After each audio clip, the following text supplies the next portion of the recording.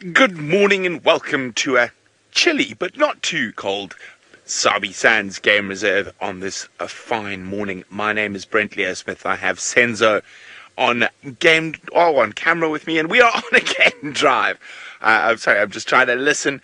At the moment, it's the best time of the morning to hear if the lions and leopards are about. So fingers crossed that the cats that have been a bit scarce are going to make an appearance. I'm going to be looking for Thandi and her little one again this morning. Hopefully they are going to make an appearance.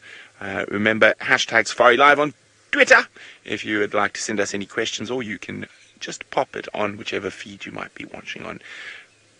It is my favorite time of the morning, just before the sun pops up over the eastern horizon, and I'm hoping to find some fresh sign of cats or dogs, but I'm going to probably concentrate, depending on what happens, on the area around Guaripan, trying to get us a view of Thandi and Kalamba.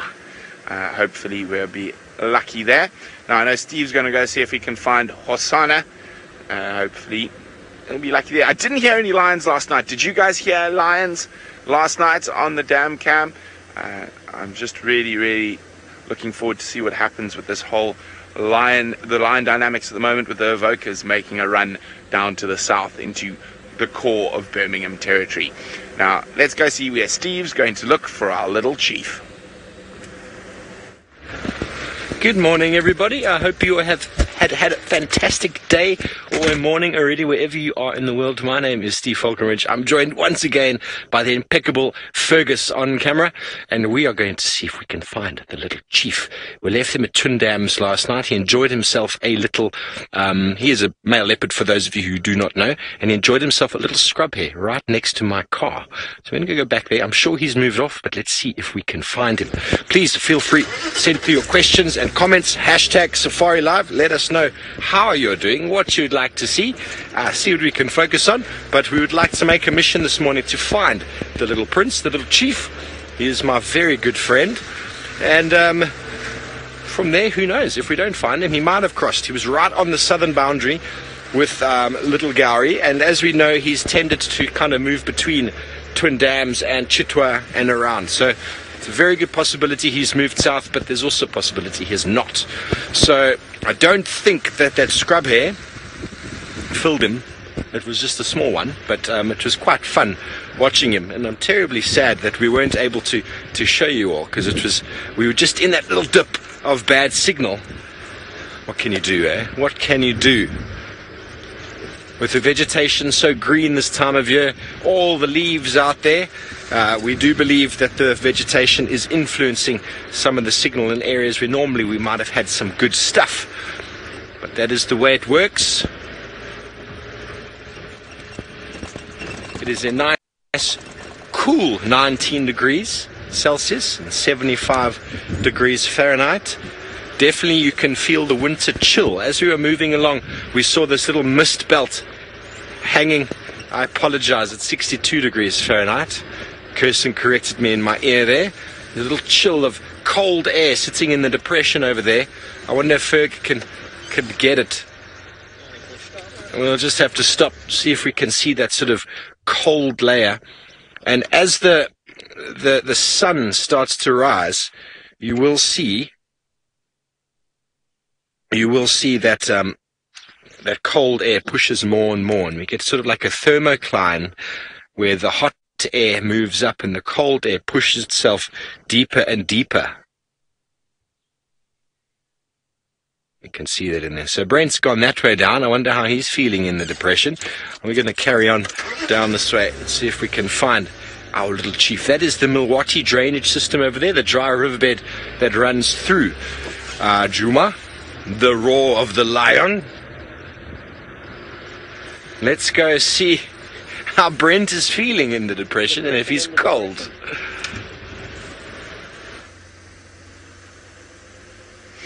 I am a little bit chilly, I'm not going to lie, but I'm also excited to see what the morning brings. And as I said, I quite enjoy these early sort of end of summer, beginning of winter mornings. There's a little bit of a nip in the air, keeps the cats moving a little bit longer, so that's always a good thing. Now let's just have a quick look through here. This area is often quite productive. So at the moment it's about 17 degrees Celsius, 62 Fahrenheit. But Victoria, when winter proper is here, it can drop quite a lot cooler than that. It can go sort of all the way down to, I think the coldest, I'm trying to remember, the coldest since I've been at Safari Live is probably about 5 or 6 degrees Celsius. I'm not sure what that is in Fahrenheit. But many years ago, down around the Sand River, we'd got frost once, which means just below zero. But that's very, very uncommon in this part of the world. But it does happen in random extreme situations.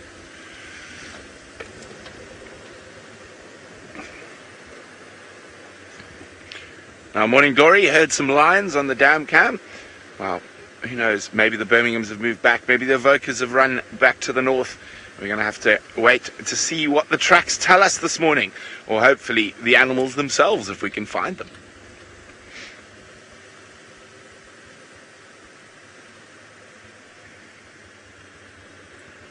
Now Shidulu hasn't been around for a bit, so she's probably due a march back onto Djuma. So Hukumuri, I know Hukumuri was here on Saturday.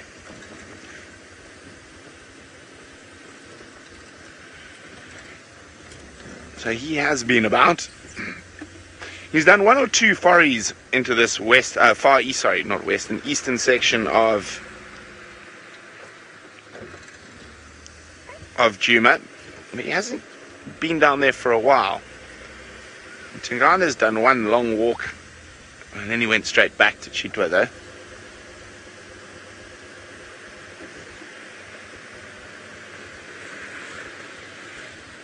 Now it's getting cold. Now it's going to get cold as we go right down into the bottom of the Mawati, but it is a good spot to look for tracks. So while I concentrate on the ground to make sure we don't miss any, let's send you back to Steve. Yes, I am doing something quite similar, having a look very closely at the ground for any tracks. We don't want to miss the movement of our little chief or any other leopard that might be moving around.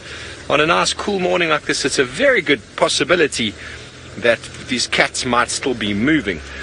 We heard the evoker males roaring yesterday morning, still about an hour away from now, so this sort of coolness in the air makes it obviously easier to move around, and the distance the calls will carry much further, so they sound a lot more impressive in the early morning.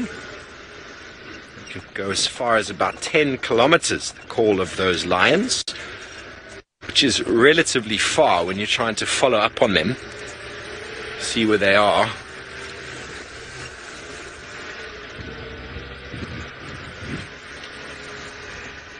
Colbert, frost is not a huge incidence here in the Sabi Sands. It does occur maybe 20 to 50 days a year, and it would affect the tree saplings. Frost generally affects really small trees, and so that could potentially cause some damage to the youngsters. But once they've gotten to sort of a certain height, like these 2 sort of small saplings next to me here, this one on the left is probably, this one over here is probably big enough to avoid the frost, and this little one on the right of it probably a little bit small.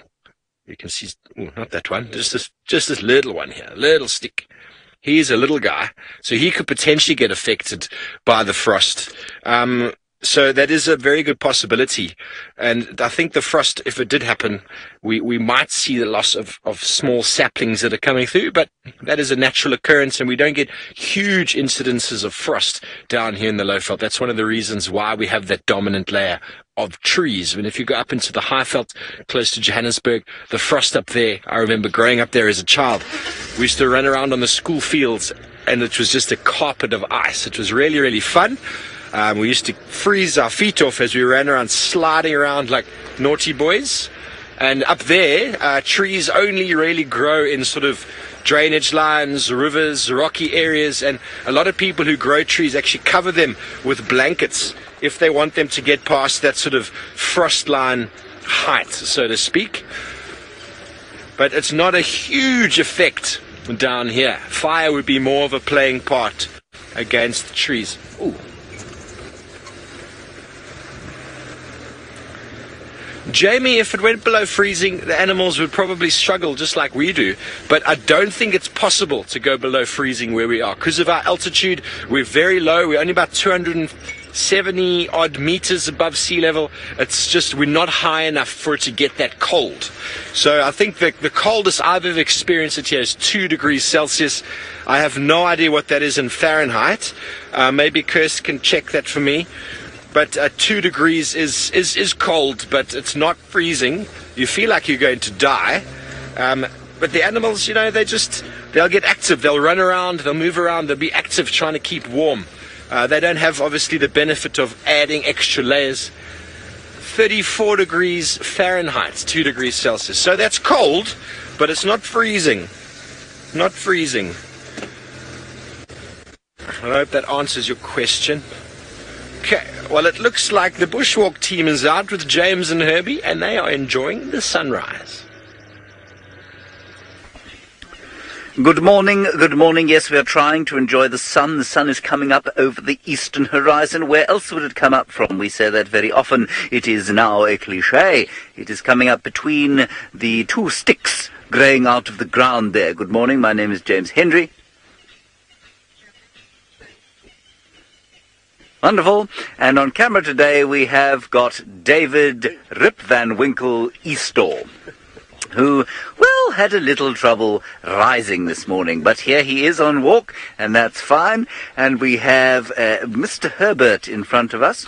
There he is. Magnificent example of humanity.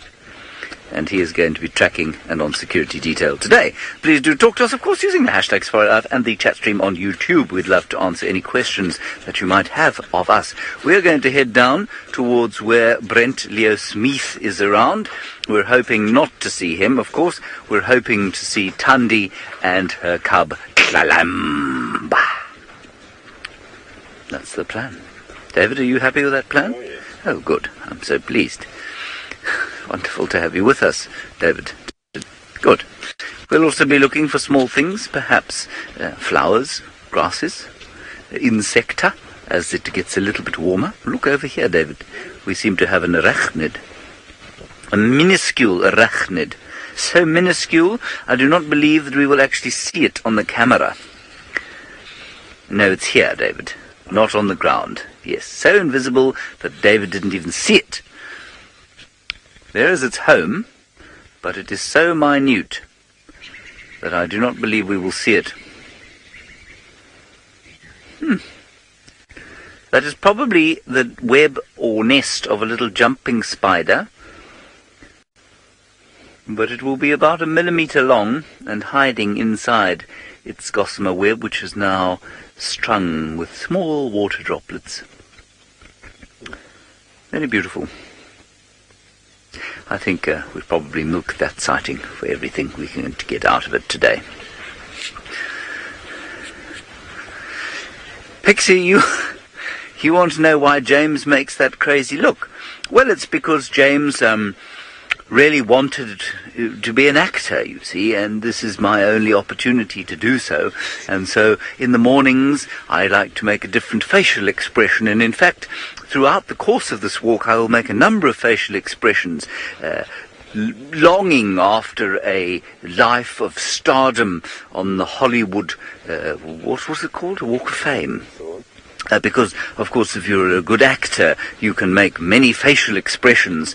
Well, sometimes you don't have to, in fact, do that. If you think of Harrison Ford, he has got one facial expression and it's made him a lot of money. Ryan Gosling, another good example of one facial expression that has resulted in sort of gargantuan wealth for the owner of that one facial expression. But I'm thinking more in terms of, you know, the great actor. actors like, who would we say? Will Ferrell, superb actor. Others, Steven Seagal, brilliant actor. Who else could we think of? Nothing else comes to mind, you know, when faced with those sorts of people in my mind.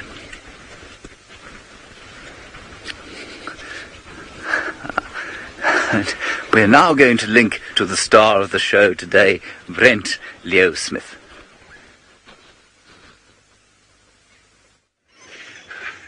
I hope James mentioned Tom Cruise, because I think they're about the same vertical. Well, they're both vertically challenged. But yes, James is not scared of a good performance.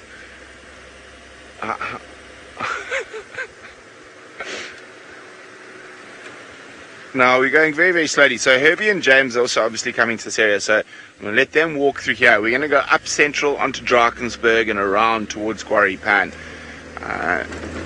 Bumpity, bumpity, bumpity. So this area just to the east of us here is where we last had Tundi's tracks going in. And some of the grass in there was chest high on me.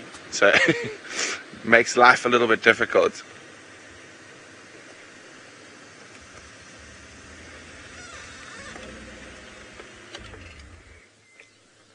Always good to have a little listen.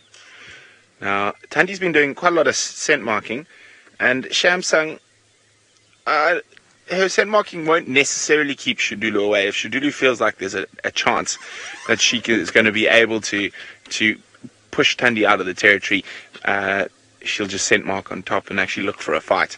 And out of the leopard fights I've witnessed in my time in the bush, the female fights are far more vicious than the male fights. The male fights, there's quite often a lot of posturing, a lot of sawing and scent marking without too much actual physical violence. Now with females, unrelated females, I've seen just incredible violence. There was a female leopard many years ago down south of the Sabi Sands who was called, what was her name again? Sunset Bend female. It was the name of a road we used to see her on quite a lot. And she caught a small, much smaller, she was a very big female leopard, and she caught a small female, I think her name was Shivati. That's a long time ago, I can't remember. And Shivati was probably about 2 years old. Sunset Bend was about 9, 10. And she absolutely gave this poor little female the beating of her life. She actually burst the blood vessel in the other female leopard's face. I've actually got a photo of it somewhere. So you had this female leopard with her whole eye being blood red and her whole face swollen. And we only saw that female twice and she was gone. Sunset Bend definitely saw to the fact that she wouldn't be hanging about in her hood. So in the female leopard fights I've seen have tended to be quite a lot more aggressive than the male leopard fights I've seen. Not to say that the male leopards aren't capable of incredible violence if they sense there's an advantage, but the females definitely seem to be a lot more aggressive. Now James might remember the Sunset Bend female from his time down south as well.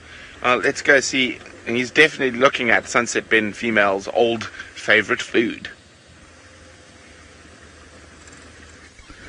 Well, yes, I suppose she used to like eating impalas, but which leopard doesn't? There are two impalas having a little bit of a sparring match, and it looks like it might be getting quite serious. Obviously, we are at a time of year when they don't like each other. We had a long fight the other day between two males on the clearings just north of where we are now. No, not north of where we are, west of where we are, while we just see if they're actually going to limber up and have a box. And for those of you who are perhaps new viewers, this is what happens with the impala at this time of year, because it is the rutting season.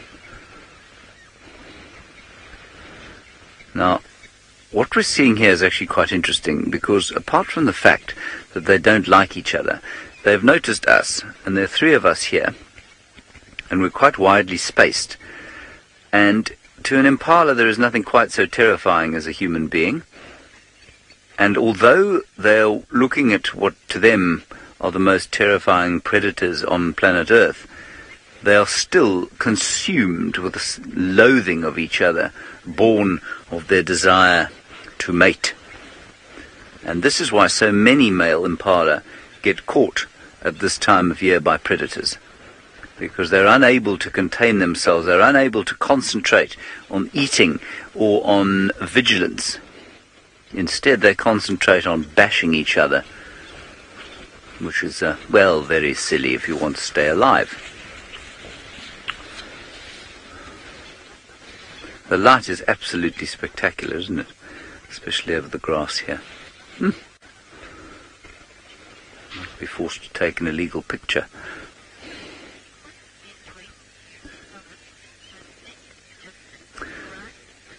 Justin, you want to know what the best way to view a South African sunrise is? Well, I mean, there are 1,000 different ways to do it. You could do it sitting on the Eastern Cape coast, sitting on a dune and watch it come up over the sea. That's also very nice. You could do it right here in the Eastern Lowveld of South Africa, listening to the magnificence of the dawn chorus out here. That's a good way of doing it. You might want to do it in the Drakensberg Mountains down in the Free State or KwaZulu-Natal, high up, watching it coming up over the coastal plain on a good clear day. There are 100 different ways of looking at the sunrise in South Africa. Magnificent as it is, it should always be accompanied with a cup of good strong coffee and possibly that uniquely South African foodstuff known as a rusk, which in many other parts of the world, of course, would be known as stale bread, but in South Africa is a delicacy.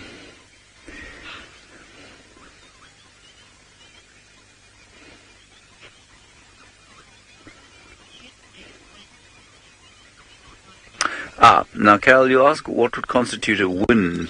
These two impala are obviously limbering up to have a boxing match, and it's often quite difficult to tell who is going to be the winner of those two.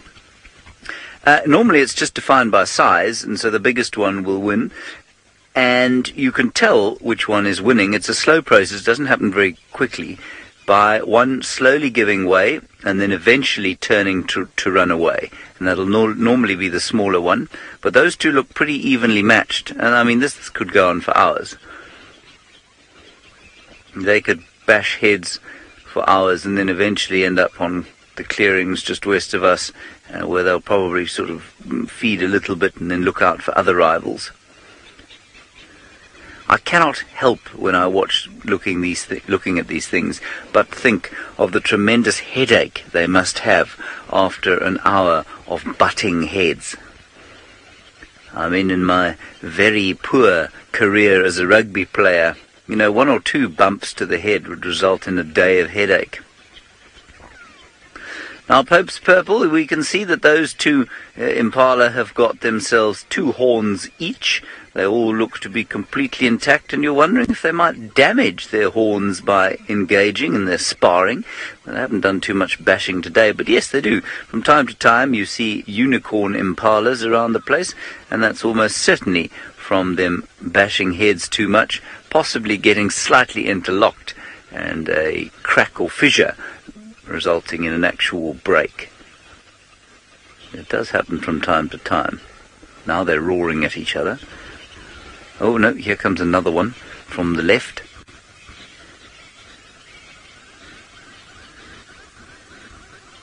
What's very funny to me about this is that there are 3 males now competing, but they're so concentrated on competing with each other that they don't actually realize they're not competing for anything. There's not a lady in sight. And so often when this kind of activity begins, the female impala disappear.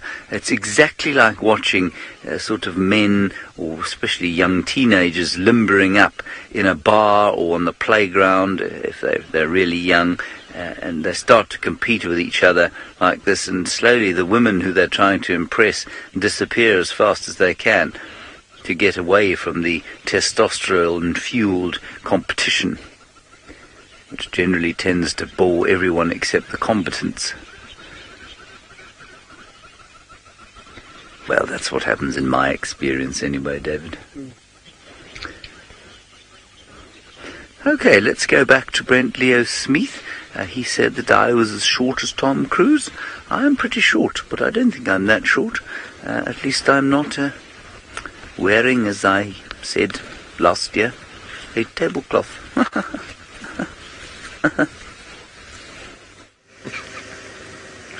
Oh, James. Now, there's Impala males competing, and I know James will have experienced this as well during our time in the bush, especially with younger safari guides. Both of us included in our younger days, when there was a new lady that used to arrive at the lodge, a pretty thing, coming to work as a lodge manager or whatnot. You tended to watch all the rangers start their rutting display. And now, as we're older, it's quite amusing to watch such behavior.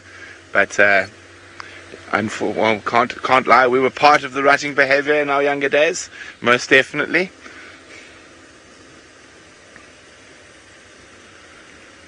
All of a sudden, chests are out. And I'm quite lucky. So Makatak, yes, I did. I grew up in safari lodges from about the age of permanently in safari lodges from the age of about 6, 7. I was in safari lodges before that on our family farm. So I have grown up in safari lodges or been involved in the bush my whole life.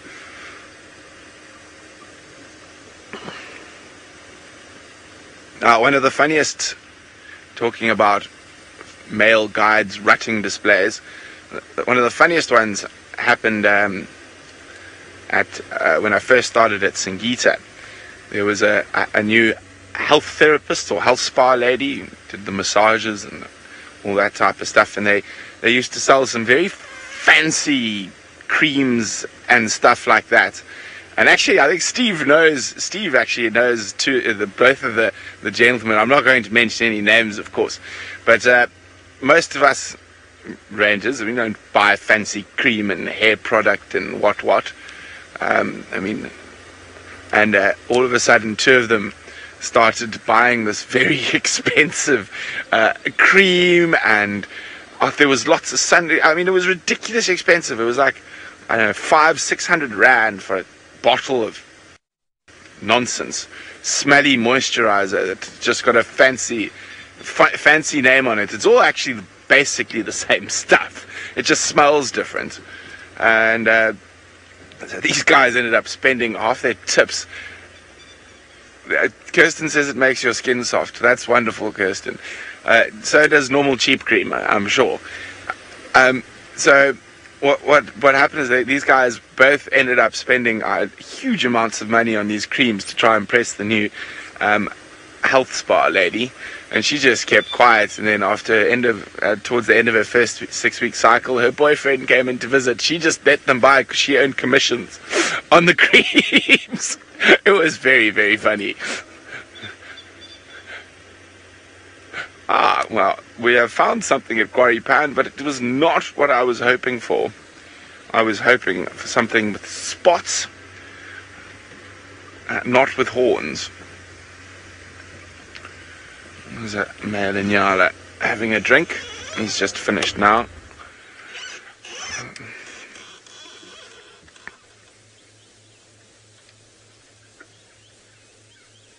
Oh, our camera seems to be having a moment.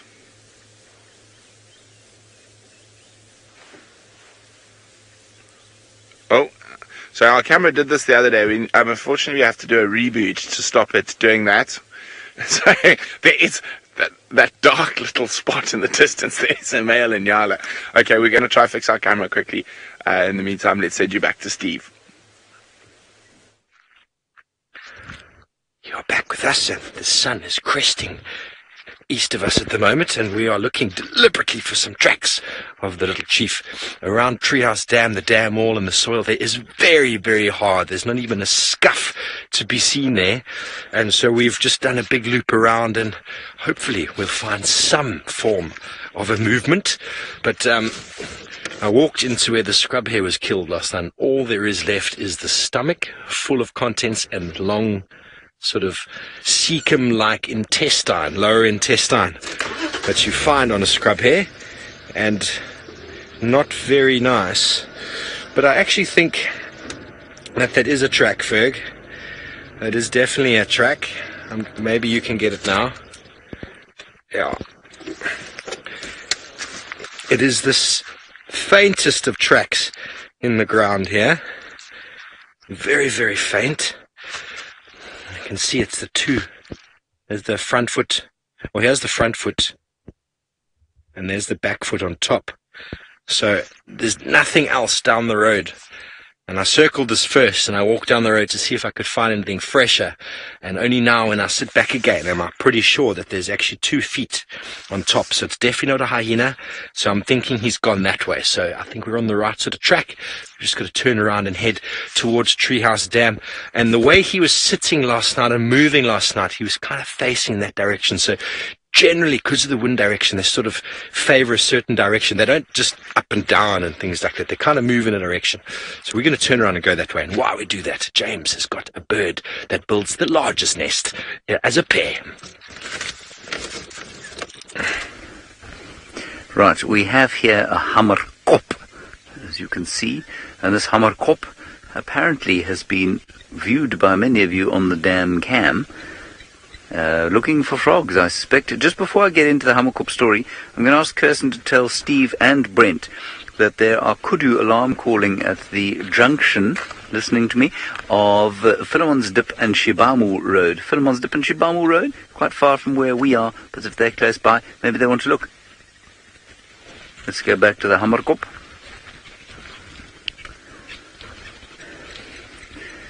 Now, the hammerkop, of course, is known for making an enormous nest, but I don't know where this hammerkop's nest might be. There are very few of them around here, but there are quite a few hammerkops. Has he gone? He must be there. I can't see him either.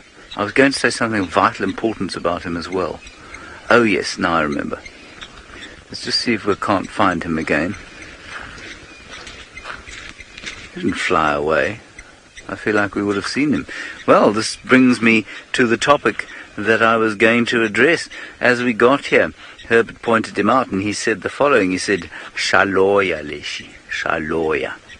That means he will put a spell on you. He will put a spell on you. And what he means is not literally, but he means that they are often used in folklore stories. They're said to bring lightning towards a house. If a hammerkop comes and sits on your house, you're likely to get struck by lightning. And they're used, obviously, in traditional medicine to put a curse on somebody. Guloya is to curse somebody. So Shaloya Leshi means this thing. This thing will curse you. It's quite ominous for such a bright and pleasant morning. Right, Herbert has now indicated that we will not be going towards where we were going to go, but turning down towards the kudu alarms. Now Gypsy, you're wondering if Ralph and I share the same hat. I am, being born of incredible beneficence and kindness, lent my hat to Ralph yesterday on account of the fact that the hat he has makes him look like a French policeman, which is not the look you're going for when you're on safari. Then we've given him another hat, and so the next time you see our friend Ralph, he will not be wearing this very fine piece of what shall we call it, cerebral clothing. Cerebral? No, that means the brain. Cephal? Yes, cephalo clothing. There we go. Forgot for a second there what a hat maker is called. Do you remember what a hat maker's called? I can never remember what a hat maker's called. Anyway, that's the story there. Alright, so our plan now is going to be to go down towards those kudu alarm calls. They are quite far away, so we'll probably march at a steady pace and see if we don't get lucky. It would be around the western limits of It's the western limits of Tundi's range, so it could be her, or it could be Shadulu, maybe shadows making a return, maybe some lions. Let's go and have a look. And a hat maker, thank you Kirsten, is known as a milliner. Of course it is. David, did you ever consider taking up millinery as a career? No, he didn't. Nor did I, funnily enough. All right, while we make our way down there, I think Steve is also on his way there. Let's go and find out if he too can hear the kudu. We have just come into the area Herbie's instructed us to. We saw some kudu now on our right. We haven't heard anything yet. So we're just going to listen for a moment or two.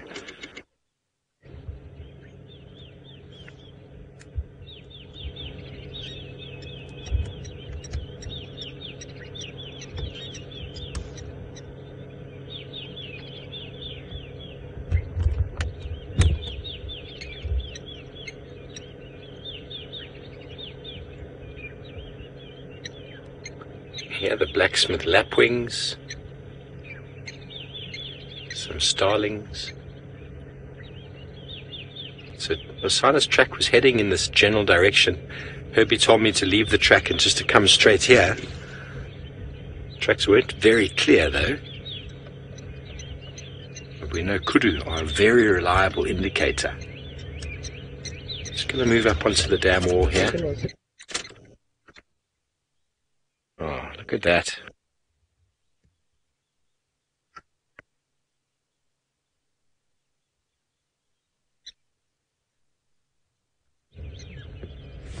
Absolutely beautiful morning to find a leopard. Let's go up onto the dam wall here, see if we can get a better view. The kudu we saw seemed to be moving away from us.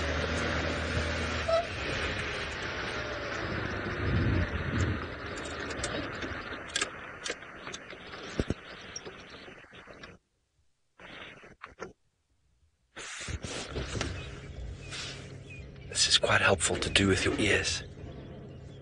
Obviously with an earpiece in it makes it tricky, so you need to pop it out.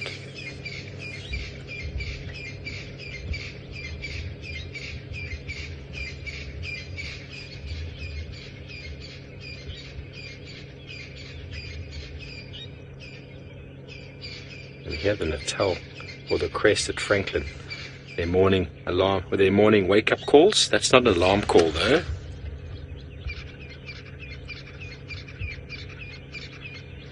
Okay, I'm going to go for Herbie's instruction. He first said Treehouse Dam, which we got to first, of course, and we saw those kudu. So we thought, let's just stop here. He did suggest going towards the Shabamu Pan, which is down this road.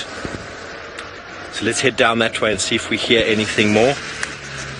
He's got a very good sense of place, old Herbie, and he would have been able to notice exactly where that's coming from. This might be a completely different herd of kudu altogether.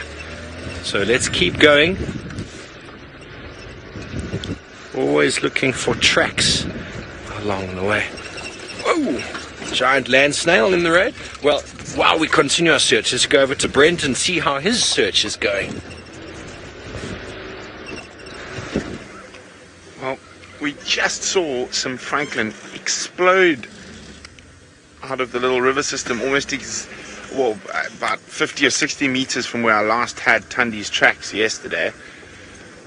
I just wanted to see, have a quick look here.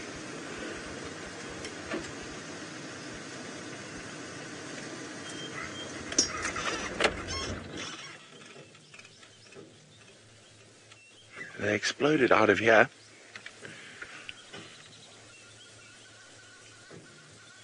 Just looking carefully. Now there's a good chance that Tundi might have left little Tlalamba here today, or yesterday. It's all gone quiet now.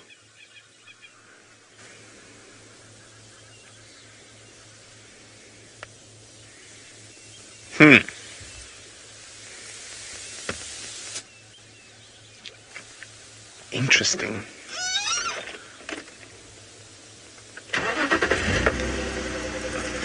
Oh, the lion dynamics continue to astound. So what's happened is that our beloved Nkuhumas have now run south into Londolozi, and the evokers are right in the west now, sort of around the Manuleti River. So they've suddenly decided to really expand their movements. So that is very, very interesting. So apparently sticks in Nkuhumas have all disappeared outside of the northern Sabi Sands into the central Sabi Sands to try avoid the evokers. That is fascinating. As I said, the line dynamics at the moment are really, really interesting. So here we go, Jeff. The evokers have moved right into the west, pushing the Nkuhumas south. Now, we found absolutely not one track of Tundi coming out of this big area yet. So just making sure she didn't come for a drink. There are a couple of these little pans around.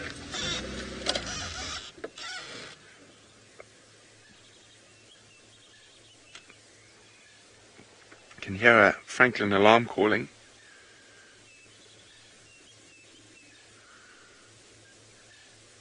Now, I'd much rather be following up on Kudu alarm calls than Franklin alarm calls, so hopefully Steve is going to have a leopard for you very shortly.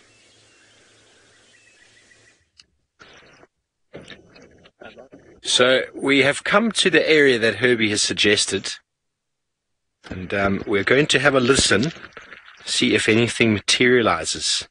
While we listen, I'm just going to poke my nose around on this junction. Junctions are often very good places to have a look for tracks.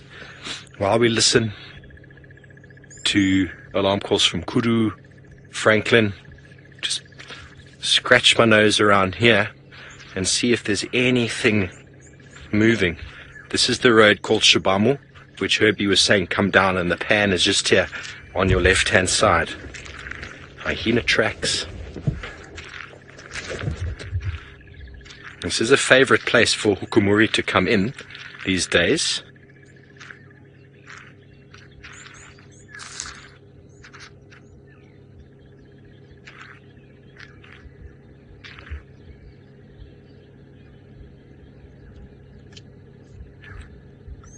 Lots of hyena tracks all over the place.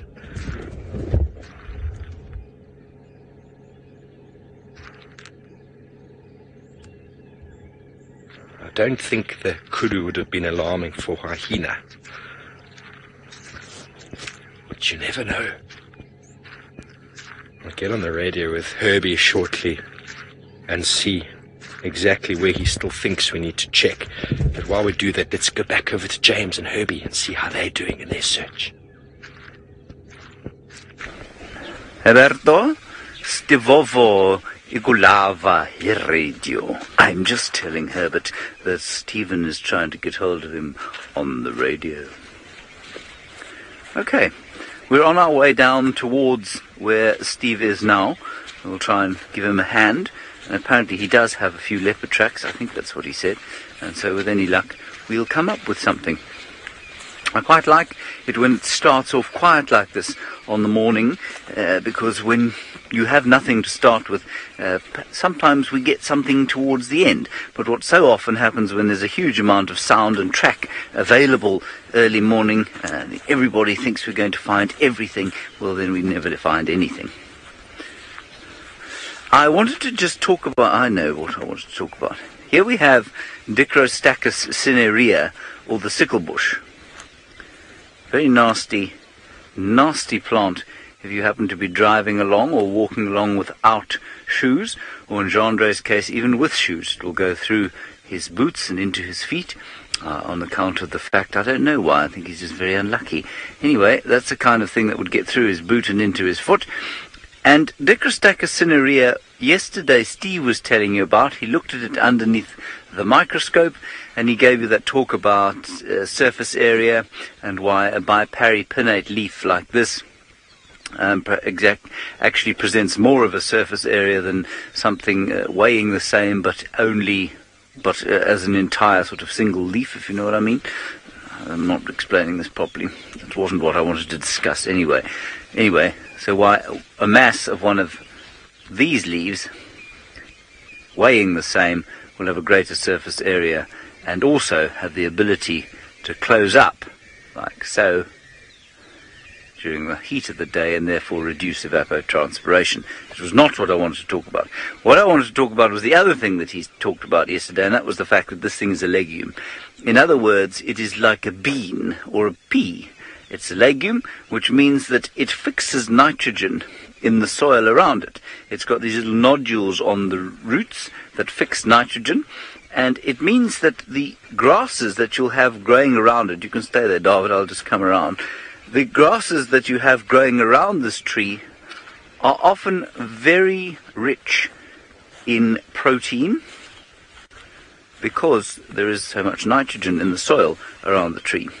And it is unsurprising, therefore, that you would find something like Panicum maximum, which, although it is a shade-loving grass, is also a nitrogen-loving grass, and that's why you'll find them underneath acacia trees. And, well, we don't get acacia trees anymore, do we? Senegalia or Vachilia trees, or these sickle bushes. So the acacias, or the Senegalias and Vachilias, are also leguminous, and they fix nitrogen under the soil. Isn't that interesting? I think that's quite interesting. Let's continue. Nitrogen, of course, a major component of protein.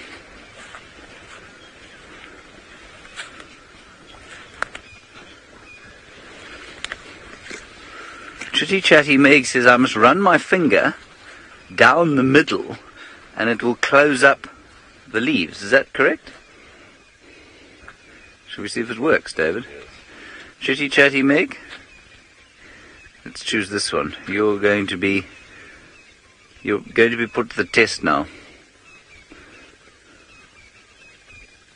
Like so. Chitty Chatty Meg, not so sure about that. Maybe you meant it along the whole leaf. Let me do it. Like so.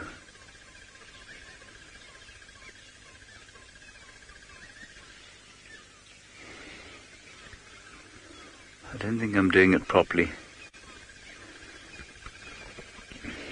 Anyway, Chitty Chatty Meg, perhaps give a few more detailed instructions and I will try and do it better. Oh, Chitty Chatty Meg says, eek. I don't know what that means. Come on then, on we go. Let's go and find the leopard. I'm not going to run my finger along the leopard's back. Result in it closing its jaws around me.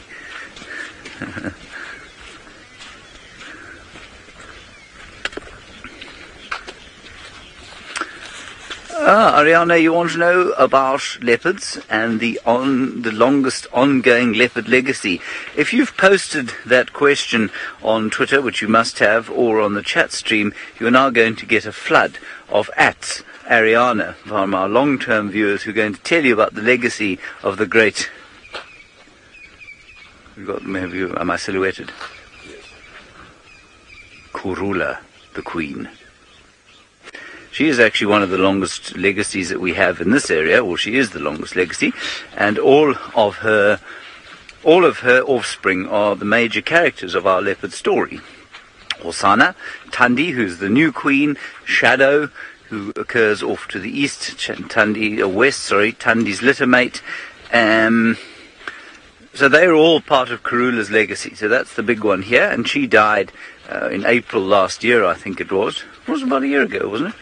Yeah, April last year, and we think she died in April last year, and she was about 13 years old. Down south at Londolozi, where they've been following the leopards for that much longer, at Mala Mala, you'll find a much longer kind of record, I guess, or family tree, or a number of family trees. And the Sunset Bend female that Brent was talking about is one of the most famous ones there. But it all began in the 70s with a leopard that they called the mother leopard.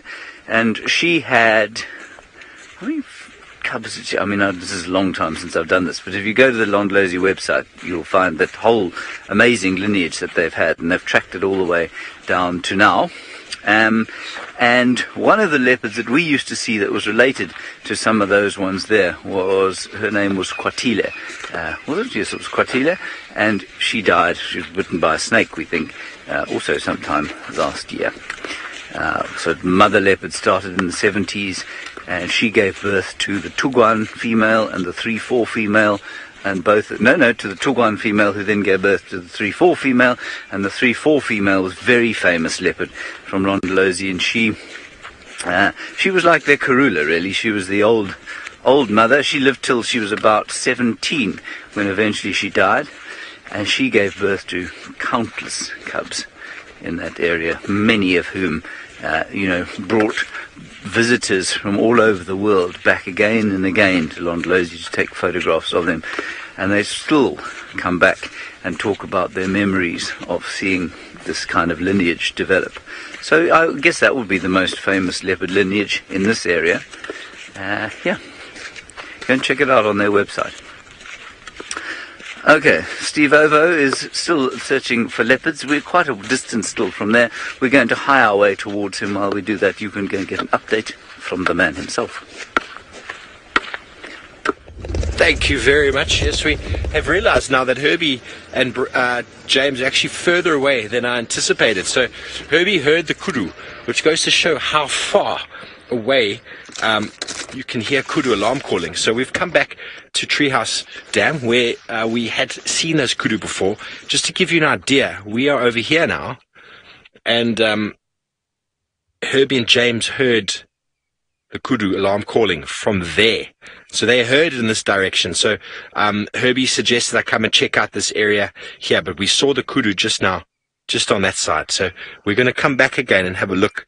And this is quite a nice, popular area for Husana to hang out. I've had him here a few times, just below the dam wall here. So we're just going to scratch around, see if we can see those kudu again. We did see them looking kind of in this direction. So let's see what luck we have on our side. I'm feeling quite lucky this morning. I'm going to assume it's Husana. I couldn't tell you. It might be another leopard altogether. But after finding him last night, last-minute leopard, everybody was excited about that. We willed him into existence, and we had him sitting there looking at himself, very sort of melancholy in the reflection of the small pan. He immediately stalked something, missed it. We lost him in the drainage, or the river depression. And then we found him again, and he killed a scrub hare, which was marvelous. But there's no chance that scrub hare filled him up. Would have been just a little hors d'oeuvre for him.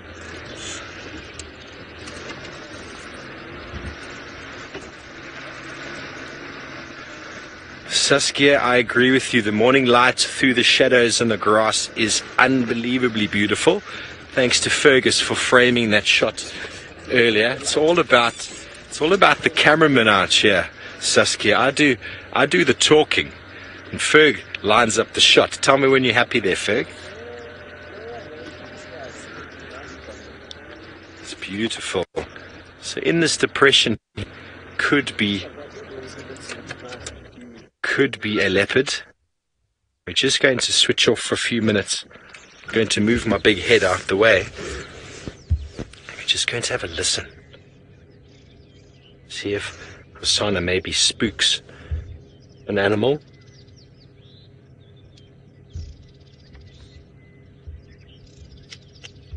So you could.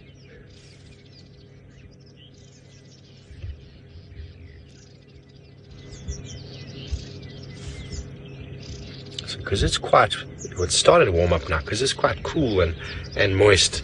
There's a good chance that if he was walking through this long grass, he would have got very wet. So he might have found a nice exposed spot, like a termite mound, for example, as we see so often the leopards do, just to get himself on top and to dry his fur, probably do a bit of grooming. natural sort of shower through the dew.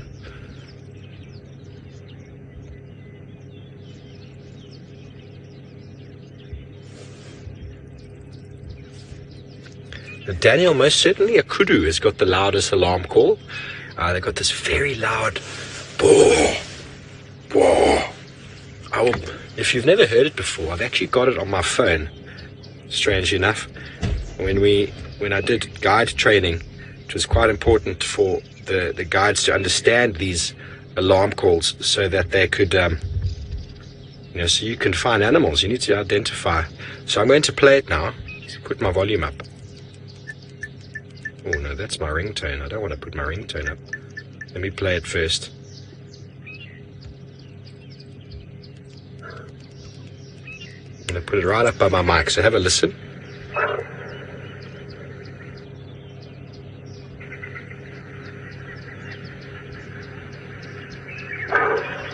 You hear that very deep bark. And the reason why the kudu can make such a loud alarm call is because of the vegetation that you find them in. The vegetation is quite dense, so it needs to be able to travel far through the thick foliage, almost like a deep bass, so as to alarm and to let all those others around know something's been spotted. And kudu are a very reliable indicator of that. The nyala and bushbuck have got a very similar call, but it's not as loud. Not as loud, but very similar. That similar sort of dog-like bark. Okay, well, we're just going to move forward a little bit more, keeping our eyes peeled. There's a few termite mounds coming up on the right that we might want to check. But I've got a very strong feeling that the little prince, the little chief, is inside here. So I know James and Herbie are on their way, but let's go over to Brent and see what stories he's got to tell. Oh, well, so far not one track of Thandi. Maybe she hasn't come out of that big, thick area. But there's not a track of her coming out. I've done every single road around where I saw her last tracks. Maybe she's just having a late morning start because it's a bit chilly. Now, it's quite interesting. Certain leopards, especially when under pressure, will start becoming more active during the warmer parts of the day to try avoid coming into contact with the other leopards. So maybe that's Thandi's game at the moment. Walk around during the middle of the day, toy with us in the morning and the afternoon.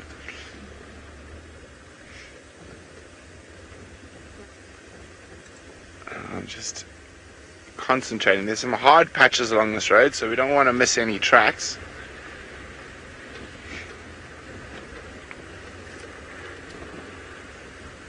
It is a gorgeous morning though. The light is spectacular. We might take a little trundle on to Chitwa if we get no more luck here, and then maybe try again on our way back through this area later on in the morning. I'm not quite ready to give up on this area just yet. I might go wait and listen for 5 or 10 minutes.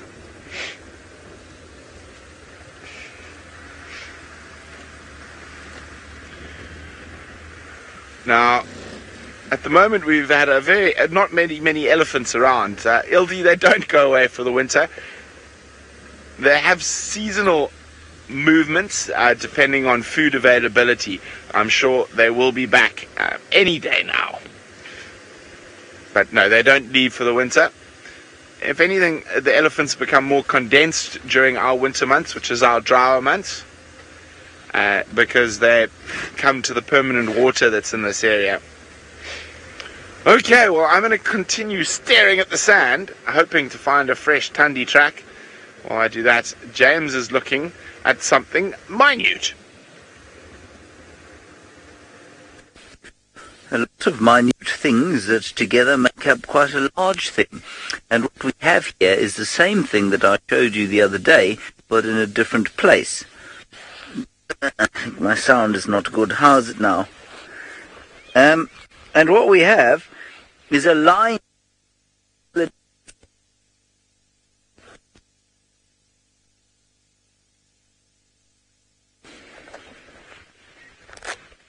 1, 2. 1, 2. 1, 2. Can you hear me, everybody? This is very, very poor. Okay, I've moved the pack round to my belly. Okay, so, as I was saying, a highway has been created along this road by these red ants, and I'm sitting at the sort of emergence point. Last time I saw them, they were only moving in one direction. This time, we have a multi-lane, both-direction highway. It's really rush hour here in Antsville. That's what we'll call it, Antsville. Look at the circuitous route that they've taken along here. And as per last time, I cannot tell you what on earth they're doing. They're not carrying anything. They don't seem to be raiding anything. They're not carrying termite eggs. So I don't know what they're doing. And here's where they're coming into the ground of.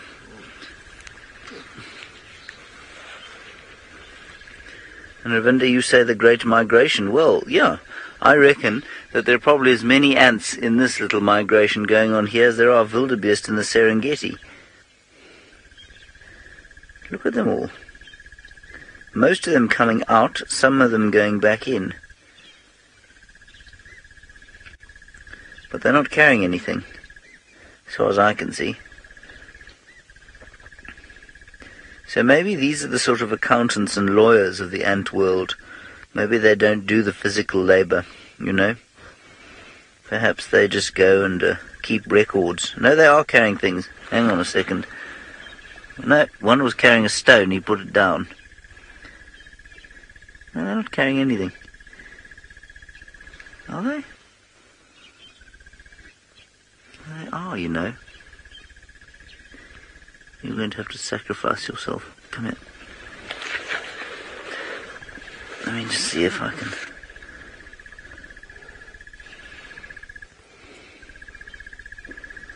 No. These two aren't carrying anything. Yes. Karina, I think you're right. You said they're building infrastructure, roads and cities. They don't seem to be building much, though. That's why I think they're going to the office. I think these are the blue-collar workers. White-collar workers of the ant world. They're not about to get their feet dirty. Joe, what was that about my sitting on them?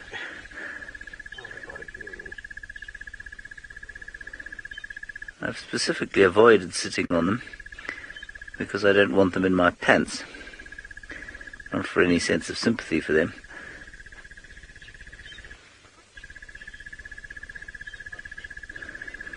Lou, a very good question, and one of those numbers that's almost impossible to remember, like, for example, the date of the start of the French Revolution, which I can never remember. So what is the sort of ratio of what they can lift to their mass? And I think it's around about, 20 times or so their own mass, if not more. I think it will depend on the species of ant, but certainly there are many that can lift at least 20 times their body mass. Now, I weigh 68 kilograms, it's rounded off to 70 or so. Multiply that by 20, that's 1,400 kilograms, that's a ton and a half. That's about the mass of a female rhinoceros. I don't think I could pick up a female rhinoceros. Do you, David, think you could? No, I don't think so either. That is quite something.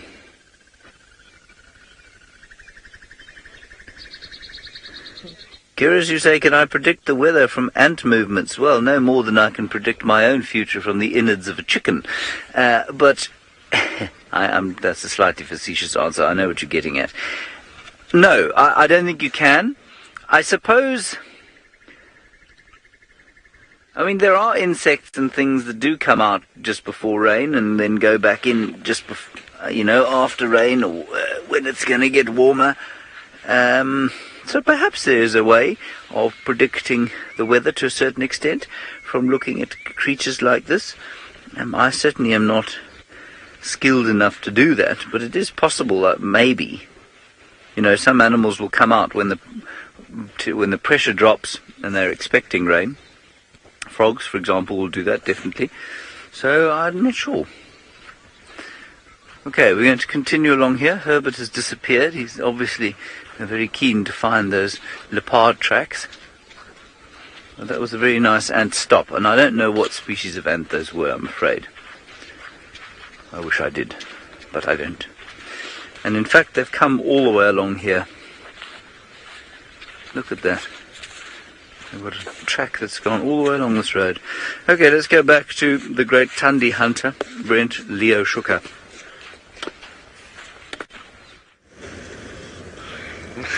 Yes, James. Unfortunately, no sign of Tundi just yet. So I'm just checking the eastern boundary quickly. I want to have a look at the central junction up here, see if we've got any tracks there. Other than that, I think I might leave the area for a little bit, go see what's happening on Chitwa, and then come back towards the end of drive, see if she is maybe just moving around a little bit later during the day. Okay, let's have a quick look here, see if she has done the disappearing act into Torchwood. No such luck. Ah, but we do have some waterbuck. Hello, little boys.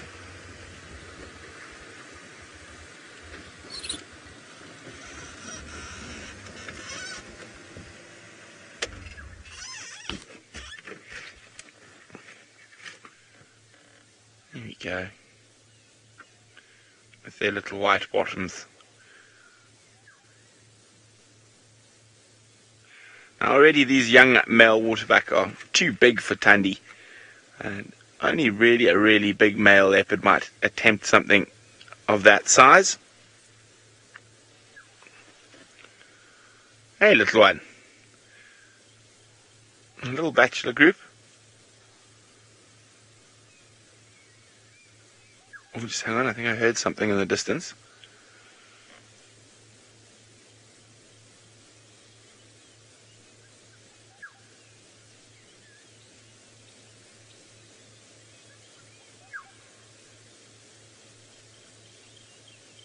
Got to listen so carefully at the moment with all the beginning of the Impala rut happening.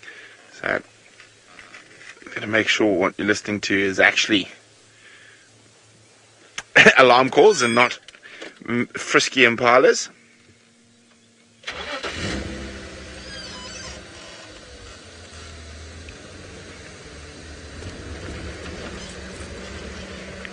Okay, so no sign of her coming out of that big block. So what I think I'm going to do is I'm going to head to Chitwa, let the sun do its job, and hopefully as it gets warmer she's going to head out for water, and that's the plan. Caro, it's not that I don't think Tundi wants to be seen. I think she just definitely wants to avoid any other leopards. Now, she'll definitely be able to hear those kudu alarm calls, even though they're all the way to the southwest of where we've been working. And she'll almost sort of pull onto mental note, let's just not go there today. So she's trying to avoid any interaction, particularly with Shidulu and Hukumuri, and even Hasana to a degree. She doesn't want to have too much interaction with him. So that's why she's staying in this difficult area to the northeast. And I don't think it's to avoid us, it's to avoid other leopards.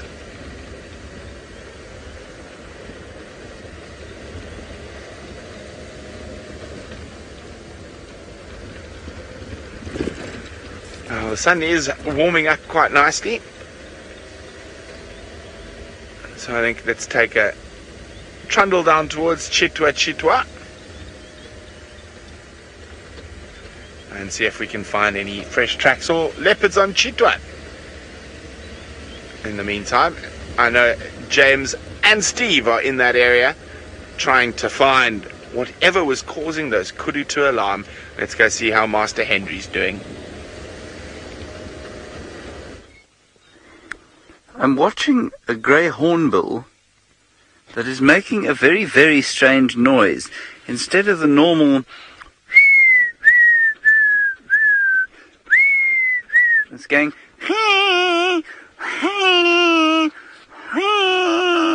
as it flies over us. I think it's had a rough night.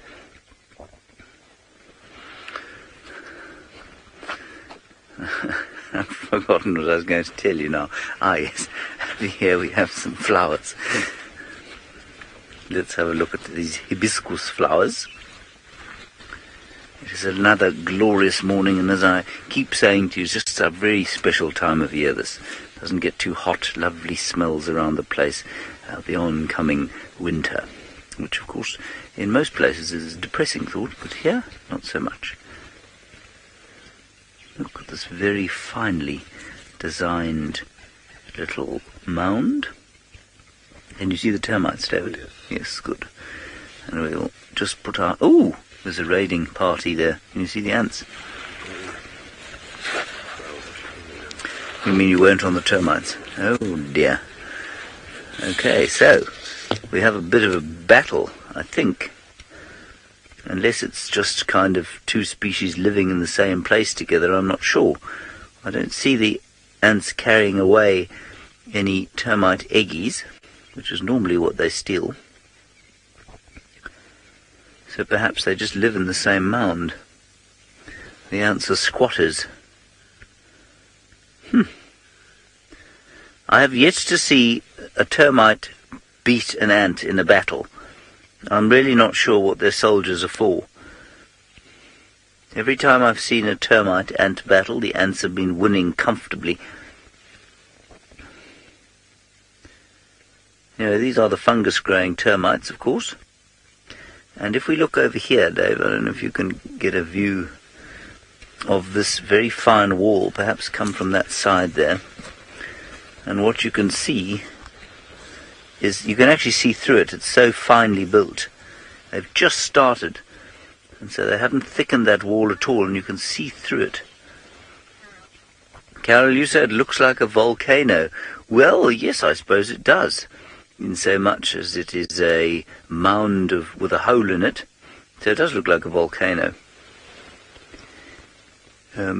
I don't think hot lava's about to start spewing out. It'd be quite fun if it did, though, wouldn't it? Small mini volcano.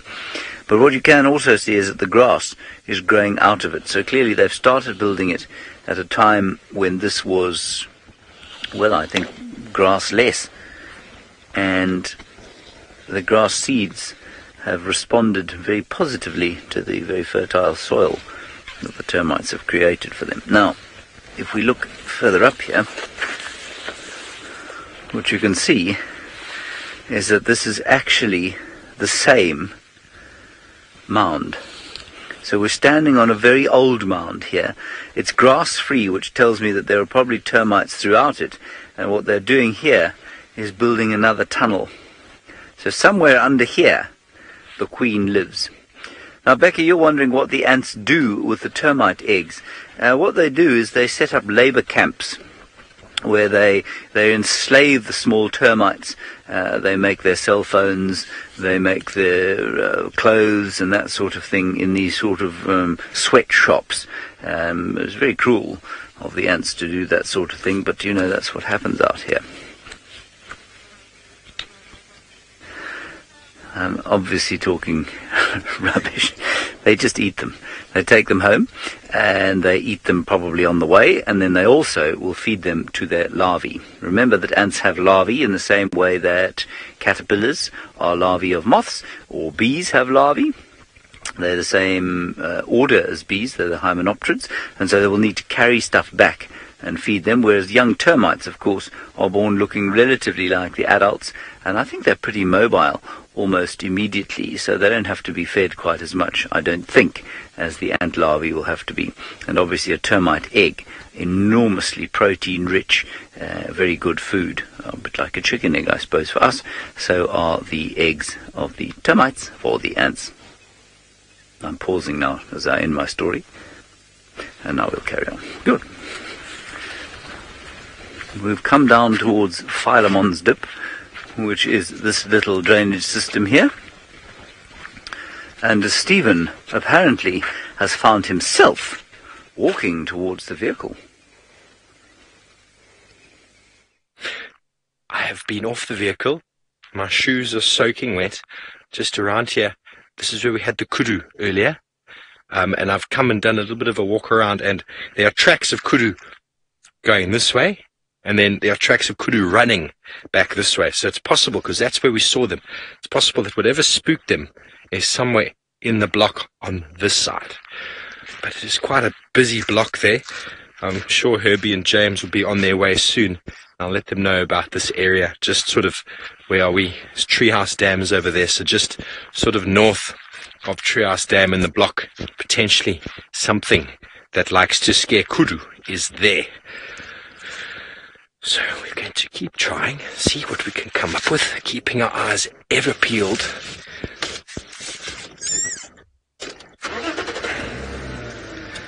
Please feel free to still send through your comments and questions to hashtag Safari Live.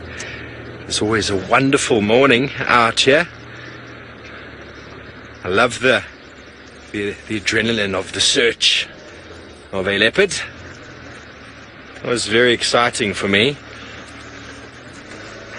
But not finding any leopard tracks itself. But we know that he likes this area. This is the area where Taylor had him not so long ago chasing buffalo, where Scott, or I think it was Scott, who heard buffalo stampeding, and obviously then called Taylor, and Taylor came racing through to find the Unkuhuma pride, and then lo and behold found Hosanna perched on top of this termite mound over here. And then he followed those buffalo all the way into Torchwood, and then back down to Chitwa and back into Torchwood again. He is such a character. I love this leopard. I hope we can find him for you this morning,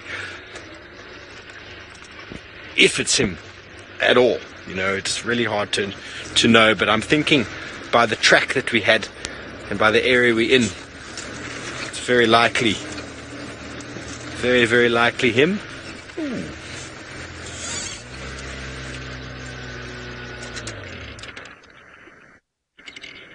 Ages, it's possible that Tingana will tire of his son and give him a beating, but it doesn't seem like that's going to happen. I think it should have happened already if it was going to happen. I think Tingana's not too bothered anymore. He's like, whatever. He's not defending a territory. It doesn't seem like it, so there's no need to chase a young male away.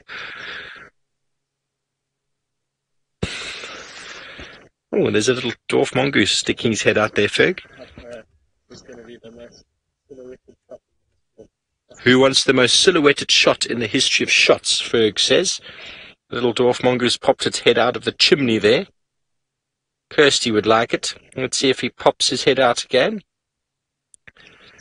I'm just going to stand by here for a while longer and see if there's any other indication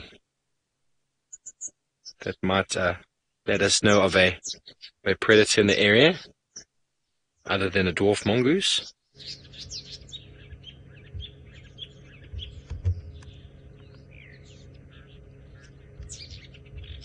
Maybe not. Oh, there's one.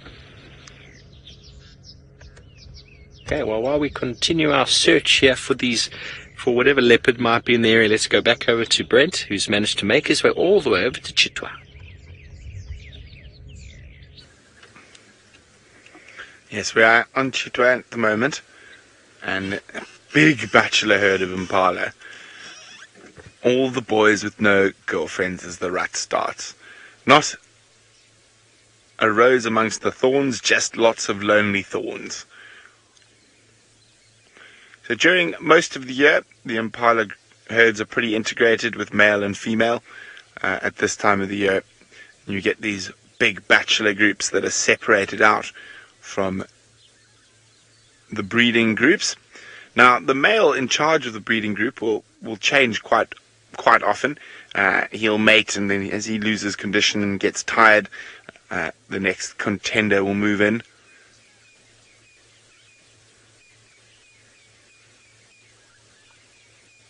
It is beautiful out here this morning.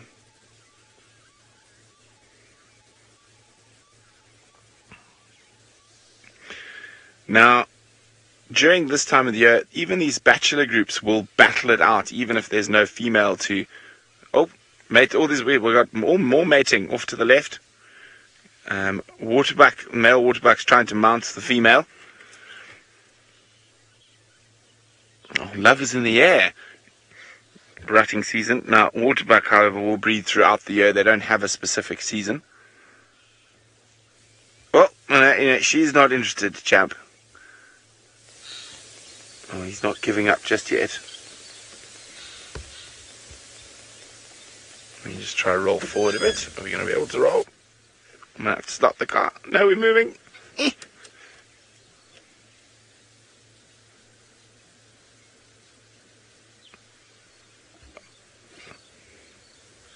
Now, there's a reason I'm being quite quiet around here. There's so much game around the Chitwa Dam that you never know when one of them is going to start alarm calling. Oh, she's just running. She is not interested. Oh, now she's taking off.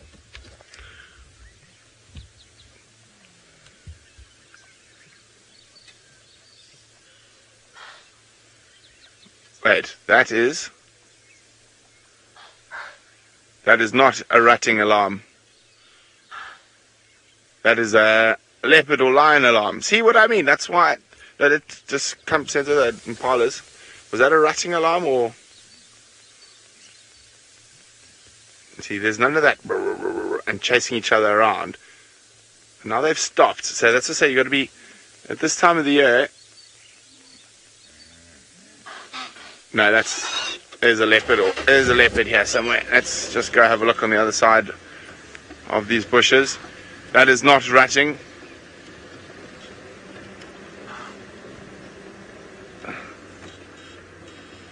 That is not rutting. That is an actual alarm call. Now, Impala sometimes... That's the jackal. They're not alarm. I can see the jackal. They're not alarming at the jackal. So there is a black-backed jackal here as well. He's popped his head up because of the Impala alarm calls, which seem to be focused into this little Terminalia thicket. But let's have a look at the jackal. I'm just trying to, while we look.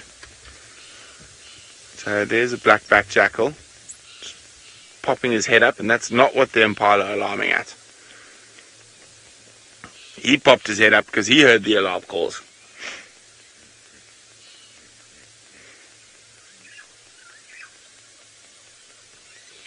Okay, let's just go have a quick look in this little Terminalia thicket where the alarm calls were aimed at. Now, sometimes Impala will alarm if they get a whiff of a leopard, but generally,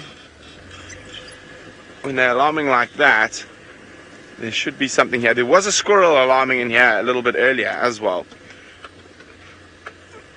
So a squirrel coupled with the Impala alarms means there could very well be a big cat close by. Maybe Tingana. And they were staring in here. Now there's some more Impala on the other side. They seem to be pretty relaxed. But if I was a leopard, I think this would be an excellent place to just lie around and wait for something to almost step on you.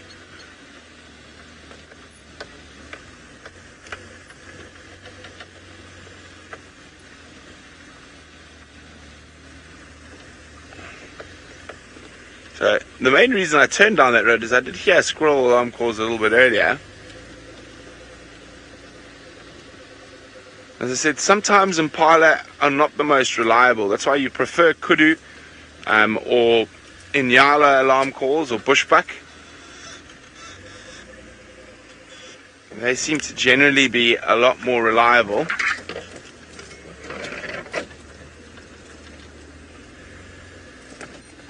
Let's try to see if we can see where those Impala are.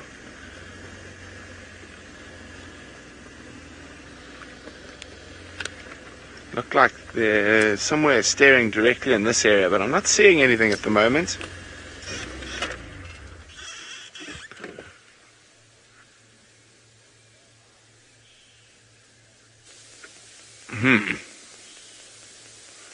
Maybe they're being a bit paranoid. Well, let's go have a look at the jackal. It's still worth hanging around in this area for a little bit. If those Impala start again.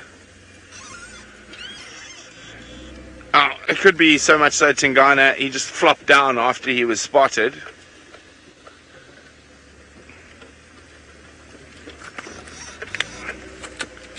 Now, Impala like a lot of the antelope species, Saskia, rely mostly on their sight. So their sight is their strongest sense. Where are you going, Jackal? Oh, he's decided he's off. Or he's also coming to investigate what those alarm calls were about. Now, the lapwings might give the jackal quite a hard time. You can hear them making a lot of noise. Because if he found their chicks or their eggs, he would definitely feed on them. This Impala is still alarming. No, let's go back, sorry. Maybe put their stings a bit closer.